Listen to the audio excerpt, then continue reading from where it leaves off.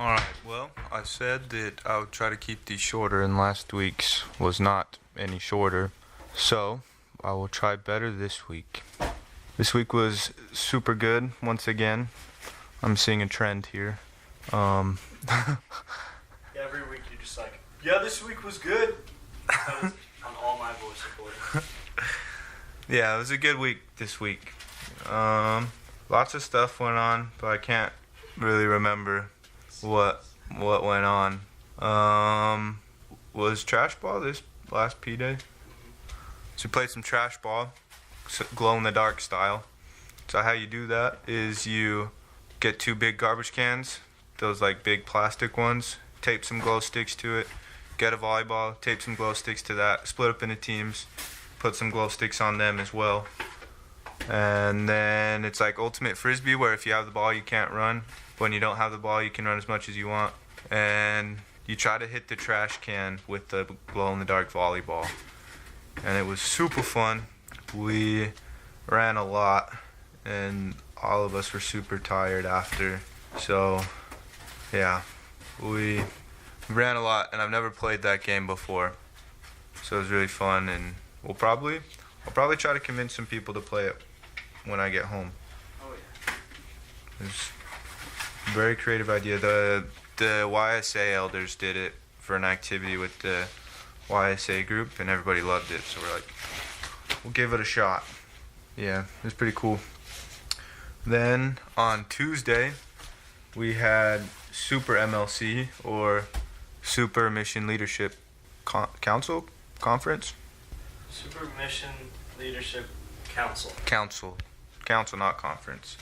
So normally MLC is just the zone leaders and the STLs and the assistants and President and Sister Lewis, and it's usually at the mission home. But a Super MLC is all of those people plus all of the district leaders in the mission.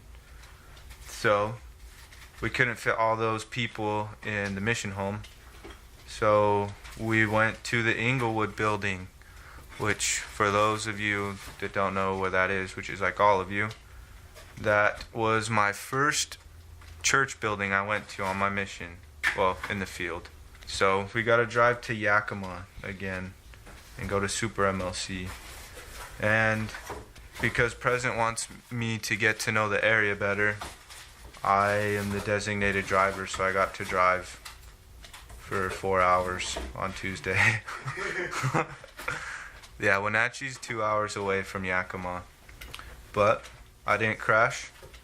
So, Mom, if you're listening, I can drive long distances now. You don't have to be scared. Yeah, I really liked Super MLC. We talked a lot about how we can become better leaders and how our purpose as mission leaders should be the progress of our missionaries and our stewardship. So everything we do, our number one priority as leaders should be, are my missionaries progressing? Will this help my missionaries progress? So that's super cool as well. I'm trying to stop using the word super as much, but it's not going too well. I've said it like 12 times already. Yeah, so I really liked Super MLC. It was a really good time to just talk about how to become better leaders, because a lot of times you're just kind of thrown into it and don't really know what you're doing. So they helped us out with that. Oh, so my funny story for the week.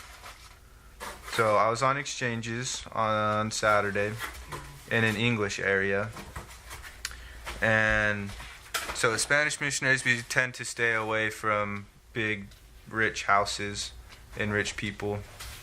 But since I was in an English area, we were knocking on lots of big, rich houses. So we're in a pretty nice neighborhood, and the whole time I kept thinking to myself, wow, I haven't been in a neighborhood like this in a really long time. But we go and we're knocking on all these doors. It's a Saturday morning, and people were pretty nice. We found this really cool guy who was actually Mexican, but he spoke English, and he was really nice to us.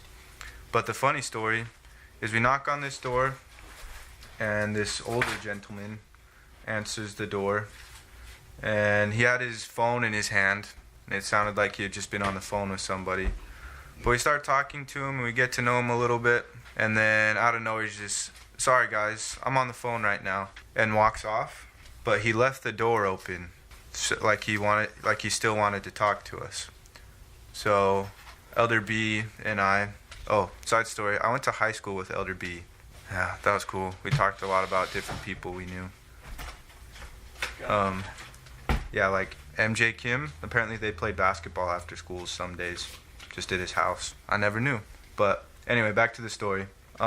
We are standing on his door, and the door is still wide open, and we're listening to see if he's coming back, and the guy is talking on the phone with this customer support guy, trying to figure out how to set up his TV. And so we're standing there for like 10 minutes, and he comes back and he's like, "Sorry guys, I'm just on the phone real quick, but I'll be right back." So then he walks off, and we wait for like 5 more minutes, and he hangs up the phone, and he comes back, and we're just like, "Well, is there anything we can help you with this morning?" And he's, "Yeah, actually, come on in." So we walk in, and I was mentally preparing myself to set up a TV like I did with Grandpa Walker. I was mentally preparing myself how to run a 70-year-old through setting up a TV. And so we walk in, and then we walk right past the TV and start walking down this hall, and he's like, "All right, guys, follow me." So we walk into his room, and we see all this heavy furniture. So then I start mentally preparing myself to move all this heavy furniture. But this guy, his name's Walt, actually. Shout out to Grandpa Perry. His name's Walt. And so he's just like, "Yeah, come on in." So we walk into his room, and he sits down on his bed and picks up his socks. And he's like, "Can you put my socks on for me? I just had hip surgery. I can't reach my feet." And so I go and put his socks on, and he had something wrong with his legs. And so as I put his socks on and pulled them up his leg, all this pus came out of his leg, and a little bit got on my hand. And yeah, it was kind of gross. Did you wash your hands? I did. Oh Yes. gosh. But we stood there for 15 minutes because he knew that we could help him put his socks on when he was done with his TV. He never got his TV set up, but when we started talking about the gospel, he kicked us out before we could try to help him set up his TV. So I helped the old guy put his socks on this week, and it's pretty nasty. I think that's the first time I've heard that. Someone in this mission. Yeah, one time I was tracking and I had to help an old guy put his socks on. And his legs pussed all over my hand.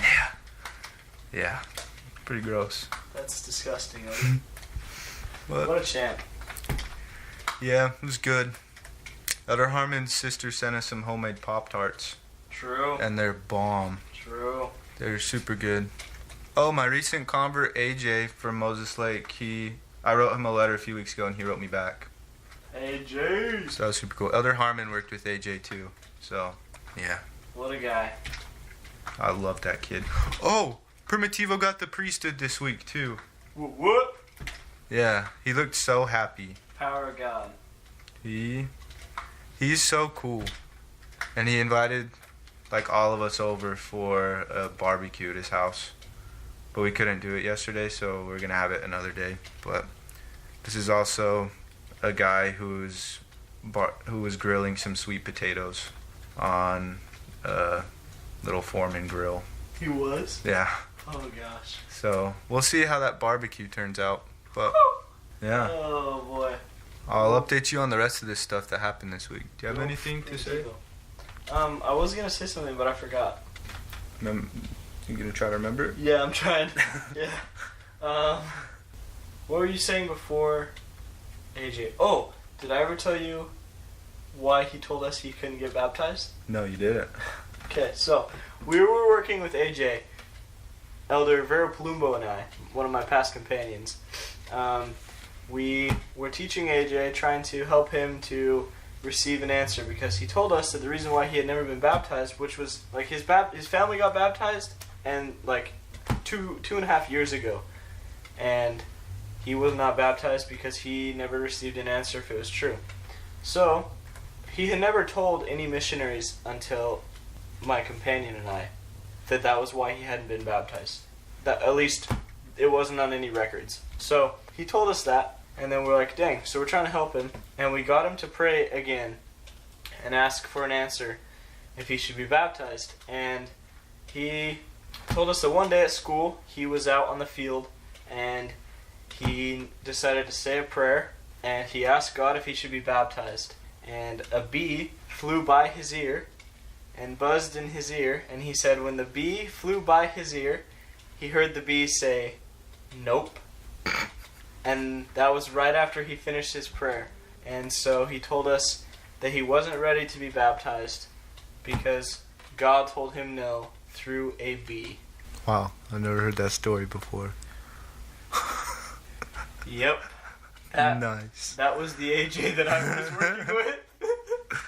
Hey, but he's baptized now. Hey. So, and he's in the military now, so True. represent. He's so cool. Yeah, I love AJ. Well, this recording is not any shorter than last week's, so They never will. I'll keep working on it. But love you guys. Talk to you kind of next week.